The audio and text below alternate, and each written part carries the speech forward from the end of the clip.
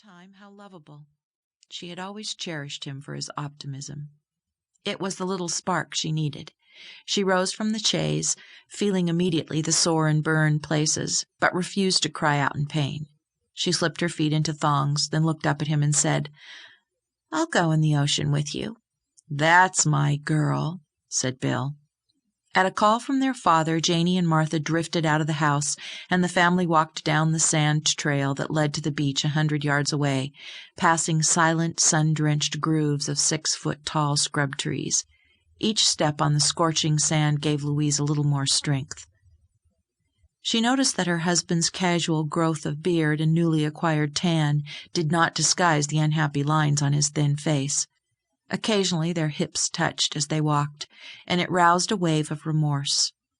She had been hospitalized briefly in the burn trauma unit, and after that was still so wounded and exhausted from the attack that she had seemed to forget husbands were to sleep with as well as talk to.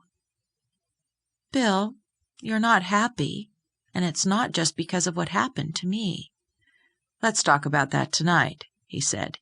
Then he deliberately bumped her hip and winked at her. "And maybe you'll feel like trying a little togetherness." She moved even closer to him. "I think I will," she said softly. "My burns are about healed. My ribs are better. What more does a girl need?" She squeezed his waist affectionately. "After that," she persisted, "we need to talk about what's wrong at work." Greater than Bill's hatred of Hoffman was his discontent with his job. He had lived a double life these past 2 decades, employed by the State Department while operating as a deep-cover CIA agent.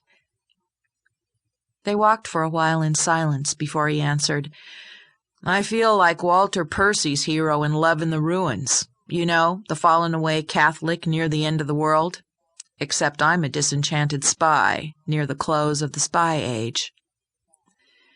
"The whole world of spying changed when they arrested that Carlos," she said. "An overweight alcoholic killer who once held the whole world in thrall. Too tired to play the game anymore, and not much left in the way of clients." "Oh, there are still clients. That's the agency's continuing job, of course, intercepting the transfer of nuclear material to irresponsible countries." He looked at her cautiously. "That's why they want me in Vienna. The IAEA is there." "You can't mean it," said Louise incredulously. "Move to Vienna? We just moved to Northern Virginia 8 months ago." "Not until next year. But I'm thinking. No more moving. Get out, take early retirement, do something new. I didn't mention it to you, but a couple of private sector people have made overtures." He patted the pocket of his beach coat where his cellular phone resided. "In fact, one of them's going to be calling me." The girls were catching up. He looked at Louise. "I didn't mean to bring it up now. Let's continue this later. But it's good to be able to talk about the future with you again." He bent over and kissed her on the lips. Martha was now as tall as her mother, but with even longer brown hair, came up to and put 2 hands on Bill's shoulders. "Okay, no making out. Come on, let's get in the water."